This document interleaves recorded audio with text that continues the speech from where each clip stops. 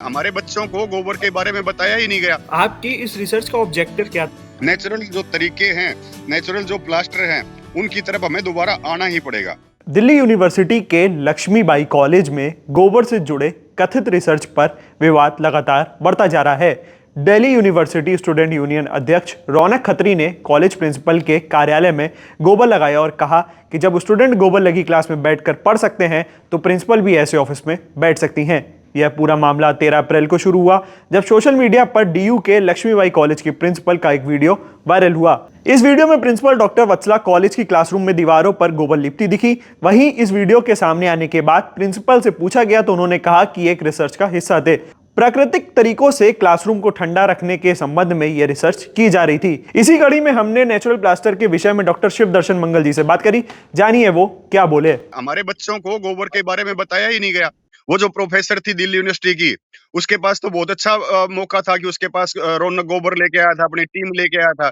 अगर रौनक मेरे पास आता तो मैं सबसे पहले कहता, रौनक भाई बहुत बढ़िया काम किया तूने, तो मेरे पास आया। सबसे पहले मैं अपने घर का सीमेंट प्लास्टर हटवाता और फिर उस टीम से ही मैं अपने पूरे घर के अंदर उसको तैयार मसाला करके देता, मिट्टी और गोबर उनसे अच्छे से मिक्स करवाता। उनको ज्ञान भी होता, उनको पता भी चलता और बच्चों से मैं अपना काम करवा लेता। वो भी खुश और मैं भी खुश।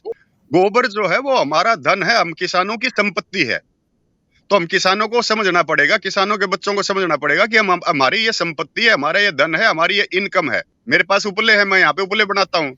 मैं एलपीजी इस्तेमाल नहीं करता।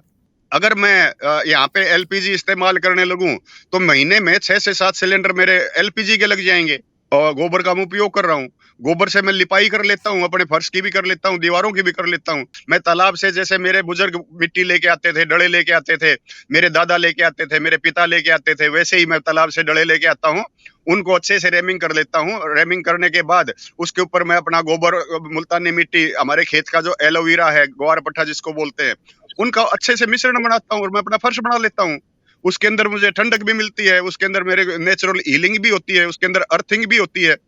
और जो काम, अगर मैं 10 बाई 10 के कमरे का फर्श बनाऊंगा तो मुझे लगभग 1 लाख रुपया चाहिएगा।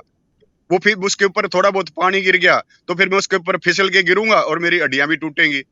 लेकिन अगर गोबर वाला फर्श होगा, मेरे जो है कितने पैसे बचेंगे। टोटल कितना खर्चा आता है कितना आपका, जैसे अगर कितना ही घर खर्चा बनवाए आता ऐसे है, वैदिक प्लास्टर? 100-150। मैं वैदिक प्लास्टर की बात नहीं कर रहा, मैं ट्रेडिशनल प्लास्टर की बात कर रहा हूँ, जो मेरी माताएं करती थी, जो मेरी बहनें करती थी, जो मेरी दादी करती थी, जो मेरी ताई करती थी, जो मेरी बुआ करती थी, जो हमारे परिवारों में होता था, मैं उसकी बात कर रहा हूँ। लेकिन उनको ये समझना पड़ेगा कि हमारे घरों में गर्मी आती कहाँ से है। सबसे ज्यादा जो गर्मी आती है वो हमारी छतों से आती है, जिसको हम लेंटर कहते हैं। लेंटर, लेंटर के अंदर लोहा होता है, लेंटर के अंदर पत्थर होता है, वो गर्मी को सोख लेता है और फिर वो लेंटर के नीचे हमारे गर्मी छोड़ता है। वो 40% गर्मी तो हमारी लेंटर के अंदर से आती है। तो एक तो लेंटर के नीचे भी प्रिंसिपल मैडम को ये प्लास्टर करना चाहिए था। 30% जो गर्मी है वो दीवारों से आती है, तो दीवारों के ऊपर तो उन्होंने प्लास्टर कर दिया, तो 30% गर्मी आनी तो बंद होगी। 30% खिड़की दरवाजों से आती है। अगर ज्यादा गर्मी होती है तो हमें अपने खिड़की दरवाजे हम बंद कर लेते हैं। जब ठंडा मौसम होता है तो हम खिड़की दरवाजे खोल लेते हैं। तो इसीलिए खिड़की दरवाजे होते हैं।